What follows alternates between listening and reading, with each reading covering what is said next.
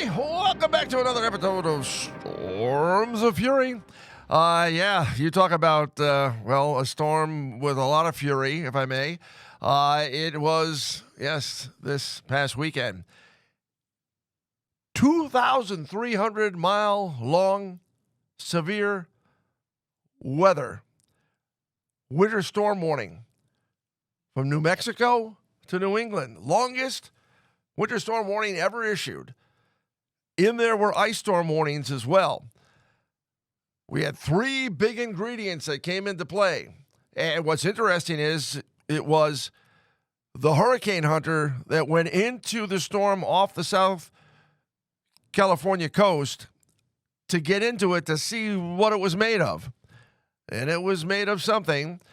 At the same time, subtropical moisture out of the Gulf of Mexico and a really strong surge of Arctic air. You put the three together, and that massive area of snow and sleet and rain.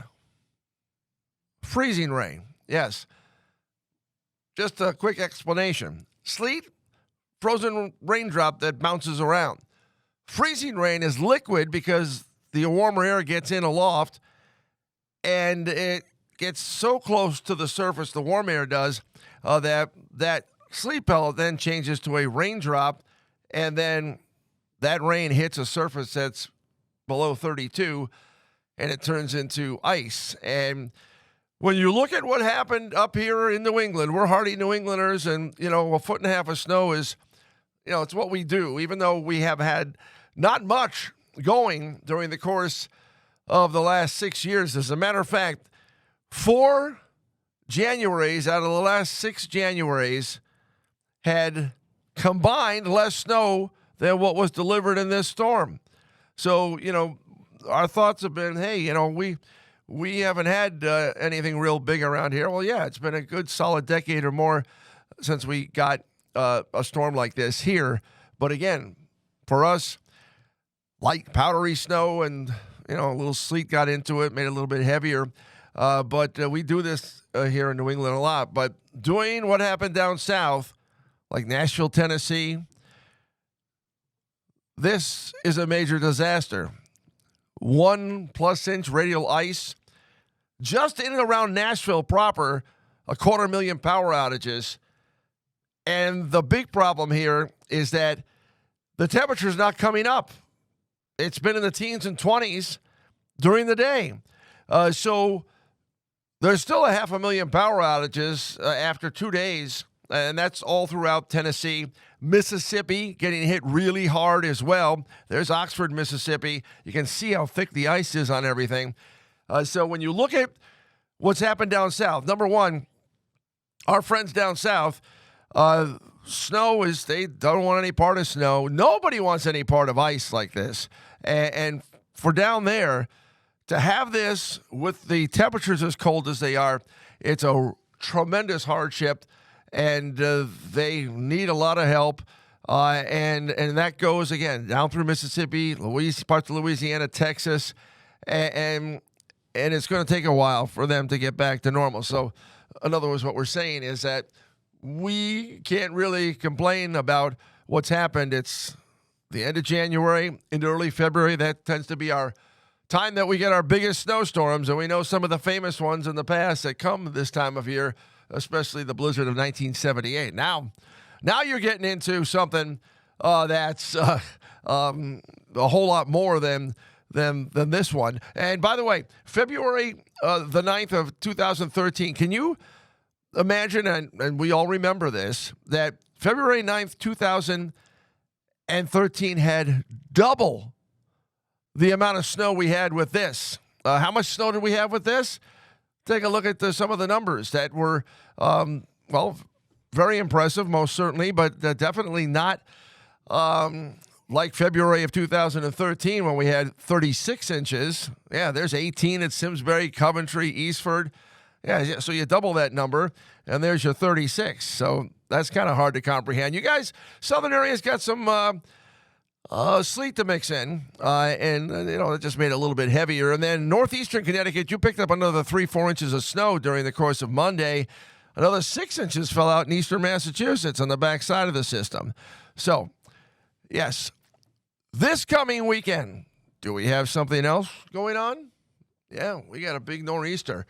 This is a different scenario than energy out of the Baja California, tropical moisture out of the Gulf, and the big Arctic surge. Now we've got a storm forming down south off the Cape Hatteras, North Carolina coast. Now remember back when we were in the middle of that 8-9 day thaw, we talked about how during the course of December and the first week of January, the cold was coming right down at us, straight down at the Northeast. And we were the only ones in the entire nation, really, that were in the frigid feel.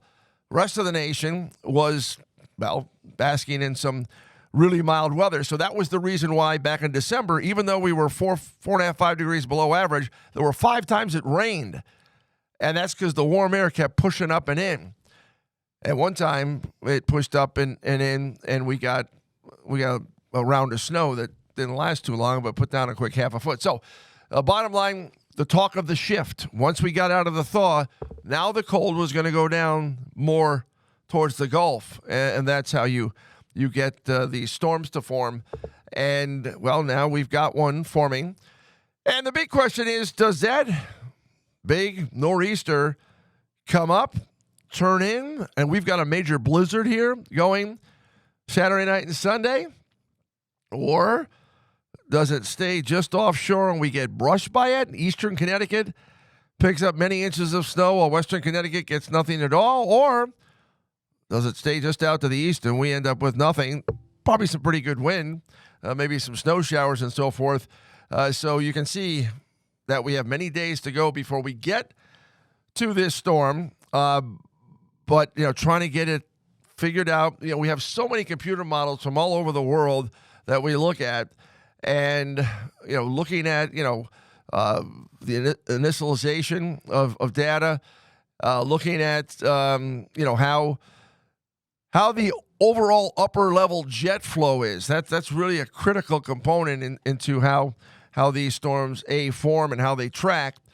So for right now, we can find a computer model that's got a big blizzard on us, and we can find ones that say it goes out to sea. So we'll come back and we'll talk more about this storm potential, other storms that have happened around this time. And let's not forget the cold. It is really cold outside. So what's happening as far as that goes? More coming up. All right, hi, everyone. Well, hopefully you're not too sore. When you get out there and you start shoveling 1.5 feet of snow, even though it was a very dry snow, the longer it sits there, the more it compacts, and you throw a little bit of iciness in there.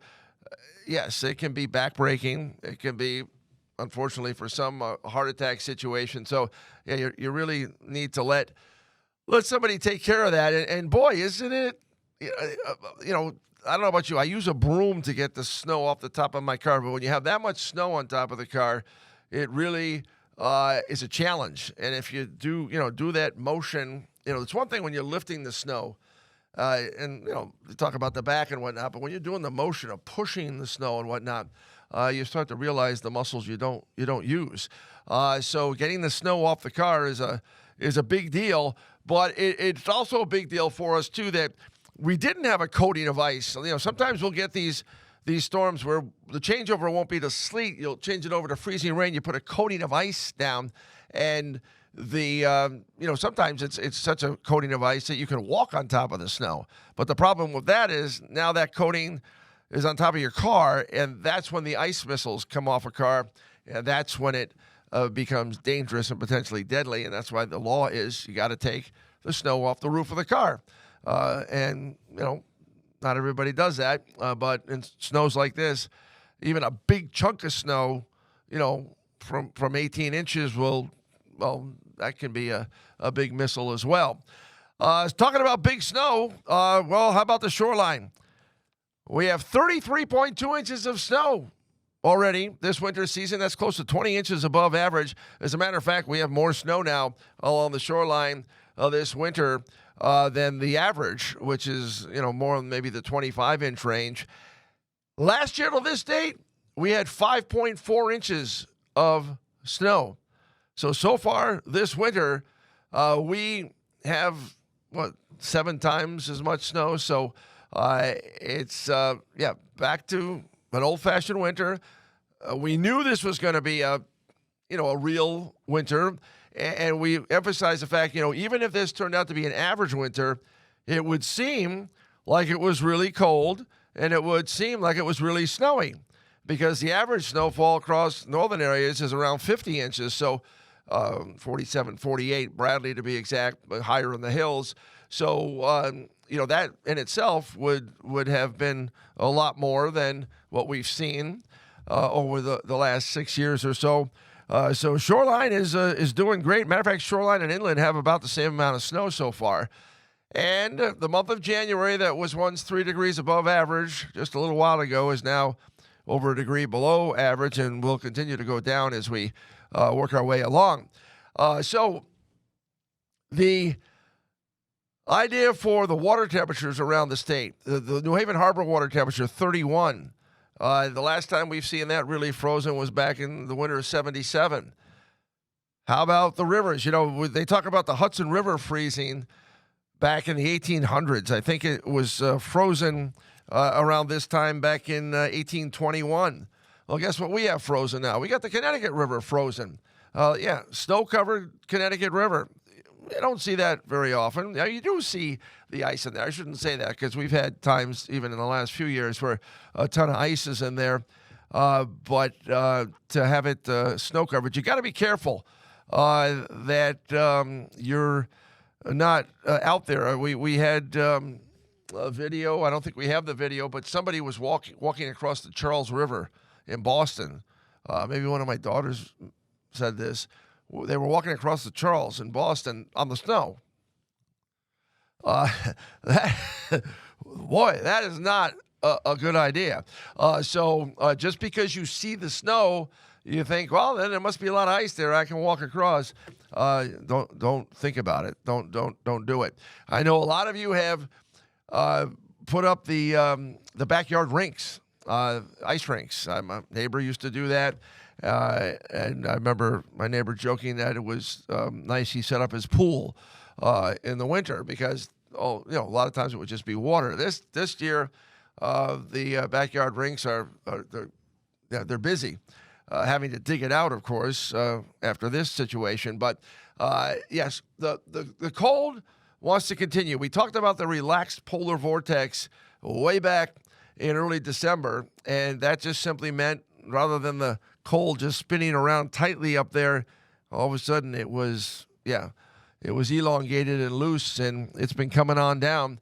When you talk about the cold coming on down, Alaska, for instance, having its coldest January since 1908. Our snowfall, by the way, on January 15th was a record at Bradley, most amount of snow on January 25th since 1908. This was not a record breaker in terms of the amount of snow. We've had other storms that have done that, but this ranks up there as one of the bigger ones. And now the question down the road, as we roll our way out of January into February, are we going to continue with this pattern? So our biggest concern is the nor'easter this weekend. It is one that right now there's two low centers, and if they come together and undergo the bombogenesis, then that's when you get what's called a negatively tilted jet flow, and then all of a sudden the storm turns in, and that's when, we'd have a really big problem for a number of reasons. Number one, we have nowhere to put the snow. Number two, it would be a blizzard, outright.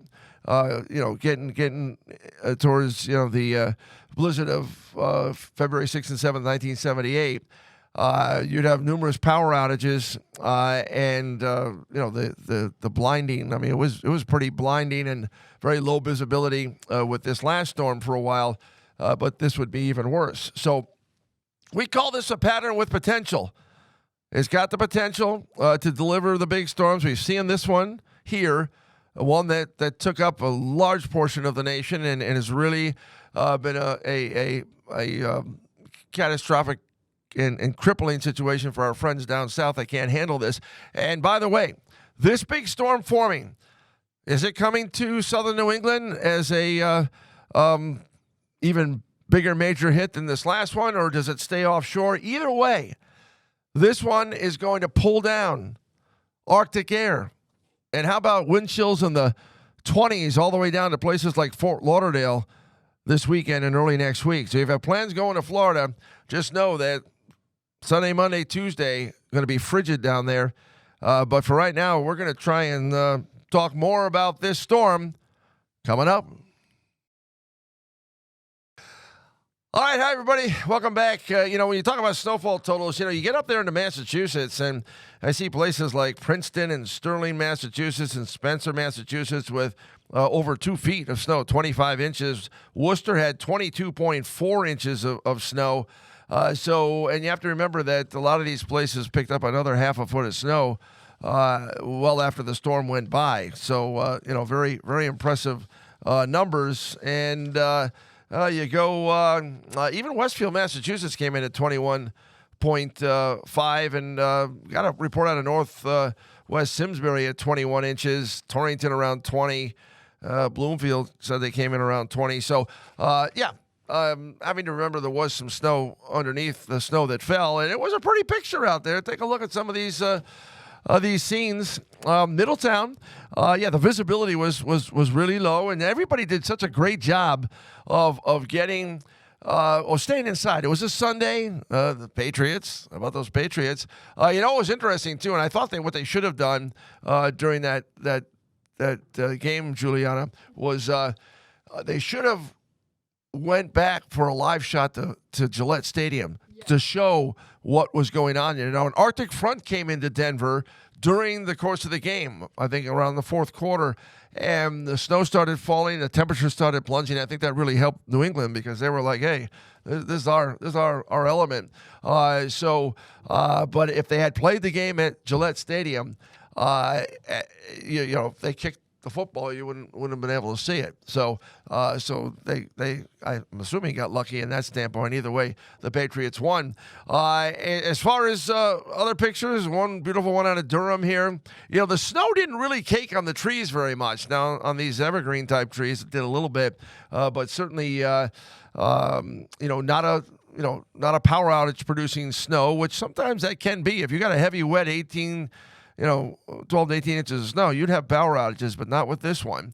And we had some really, great numbers. This one here out of Seymour, around 16 inches. So, the 15, 16 amount numbers were, right there between our forecasted range, and certainly just great for all of you that have sent in all of your wonderful readings. But some of you, when you have the big cold like we have, and again, we don't want to disregard the cold. We're talking about, if we're getting to 20 degrees for a high, we're happy. So it was a point in this winter where 40 was fantastic. Now all of a sudden getting to 25 seems like a wonderful thing. So it's all relative. It's amazing how we get acclimated. As long as there's not wind. If there's wind, then it's a whole different story. But the cold allows us to do things. One thing would be this. Look how cool this is. It's a rainbow igloo. And this is from Brandy Bishop in North Haven and her family. I think that's the coolest thing I've ever seen. So I don't know how this was made, but how long did it take to make it? It's like Alaska. And really, when you look at the numbers and the thermometer around here, it's kind of like being up there, in some places at least. And so, why not make an igloo? But, this goes way beyond the Eskimos' igloos. They didn't do this. This is fantastic, Brandy. I'm so impressed by this. I know we did a story on this, right? I think, in Channel 8. You talk about taking real winter conditions, winter the way it's supposed to be, and then doing something of just pure beauty. Brandy, Bishop, and family, you guys hit it out of the park on this one. Unbelievable. And then you talk about hitting it out of the park. Our Connecticut Department of Transportation, the best in the country, and getting out there and getting these roads cleared. I was driving all over the place because I had to, and I love it when they put all these plows together like this, and next thing you know, what was a totally snow-covered road ends up being almost to the blacktop. So, some of them working 24 hours straight. Private contractors out there, our Zach Duhame, he's got his company that he gets out and does all the plowing. And so in this situation here, I did see one company, a plow company that had the big payloader with them, which means that, this snow got up into that category of, you know what, maybe not just the plow. It depends on what kind of truck you have and so forth. You had to get something a little bit extra in there. You know what happened to me, Juliana? At my house, I got my great plow guy, Mike Yaka. He's in, he does everything. And by the way, the snow is up to the top of my shed. And what my kids used to do back in the day when we had these big storms, they'd climb up on top of the shed and then they'd sleigh ride down off the top of the shed. And then there was one point back in February of 2013 when there was 3 feet of snow, they would jump off and into the snow. The things we do when we get Mother Nature pounding away at us. But the bottom line is, the snow was plowed, but you can't get close to the garage. And then all the snow on my roof all came down. And so I came home, and the driveway was cleared and it was great. But in front of the garage, the snow was at least 4 feet high. And so I had to shovel the whole thing out, but it was all that snow off the roof. So anyhow, I'm sure you've had situations like that with this storm. But for some, 2 days off of school, and I go around to the schools. I love going to the schools. If you ever want me to come out and talk, we have so much fun doing that. And I remember over the last couple of years, you want a snow day? You're looking, and there just hasn't been any last couple of years. Well, we're getting them this year, and there may be more to come, most certainly, many more maybe, as we move on through. The only problem with that, of course, you end up going to school till the 25th of June. So for now, we are going to be turning the calendar into February. It is, again, interesting when you look back at, and by the way, what I'm looking at here on the calendar, Wayne Norman, WILI Radio in Willimantic. He's been there for like 50 years and puts together this brilliant weather calendar and talks about all the great or not so great events that have happened. Don't forget, coming up this weekend, it's Groundhog Day. Yes, and then National Weather Persons Day is next Wednesday, February 5th. And then you got the full snow moon 1 week later, and then you got Valentine's Day. So we got a whole lot going on. President's Day, too. In February, the snow and the cold will continue, and we'll continue with Storms of Furey coming up next week. But for now, be safe, be healthy, and stay warm. Bye.